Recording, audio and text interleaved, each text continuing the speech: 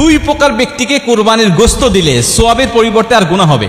নবীজি সাল্লাল্লাহু আলাইহি ওয়াসাল্লাম কঠোরভাবে নিষেধ করেছেন এই দুই ব্যক্তিকে কুরবানির গোশত দেওয়ার জন্য, অথচ আমরা এদেরকে দিতে খুব বেশি আনন্দ ফিল করি এবং সোয়াব মনে করে তাদেরকে দেই। নবীজি সাল্লাল্লাহু আলাইহি ওয়াসাল্লাম নিষেধ করেছেন, বুখারী, মুসলিম এবং সিয়াসিত্তার অধিকাংশ কিতাবের মধ্যে এই হাদিসগুলো বর্ণনা করা হয়েছে, কিন্তু অধিকাংশ মানুষ আমরা জানি না এবং অনেকে জেনেও না জানার ভান করে বসে থাকি আমরা। হযরত আলী রাদিয়াল্লাহু তাআলা আনহু বলছেন, নবীজি সাল্লাল্লাহু আলাইহি ওয়াসাল্লাম বলছেন, তোমরা প্রথম নম্বরে কোনো কসাইকে মজুরি হিসাবে গোশত দিবে না।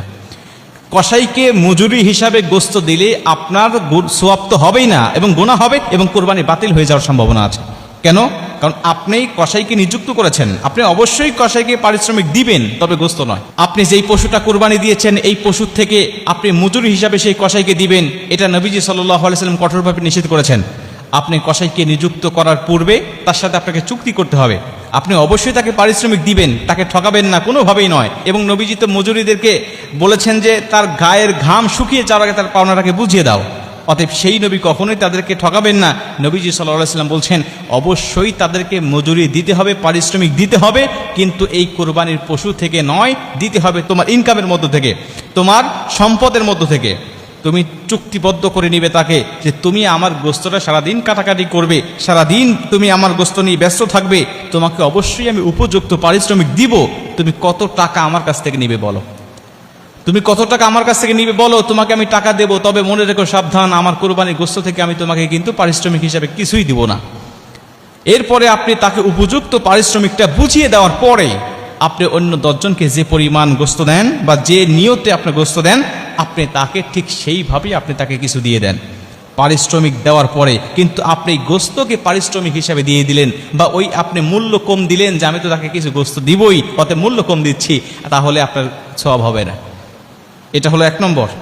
2 নম্বরে, যে ইমামকে দিয়ে বা যেই মানুষকে দিয়ে আপনি কোরবানির পশুটাকে আপনি জবাই করে নিয়েছেন, এই ইমামকে আপনি পারিশ্রমিক হিসাবে, সে জবাই করে দিয়েছে আমি তাকে গোশত দিয়ে দিলাম না, এটা আপনি দিতে পারবেন না।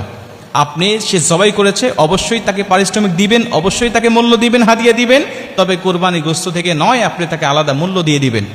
কিন্তু আমাদের সমাজ আমরা দেখতে পাই, সে সারাদিন কাটাকাটি করেছে বা সে আমার গরুটা জবাই করে দিয়েছে, তাকে মাথাটা দিয়ে দিলাম, তাকে পাটা দিয়ে দিলাম, তাকে ভুঁড়িটা দিয়ে দিলাম, এই অংশগুলোকে আমরা দিয়ে দিলাম, অথবা আমরা তাকে এখান থেকে 5 কেজি 10 কেজি গোশত তাকে আমি দিয়ে দিলাম।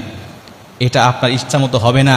আপনি এটা আল্লাহর রাস্তায় কুরবানি দিয়েছেন, এটা আপনার দায়িত্ব নয়, এই গোশত আপনি মালিক নয়, এটা আল্লাহ আপনাকে মেহমানদারি হিসাবে দিয়েছেন।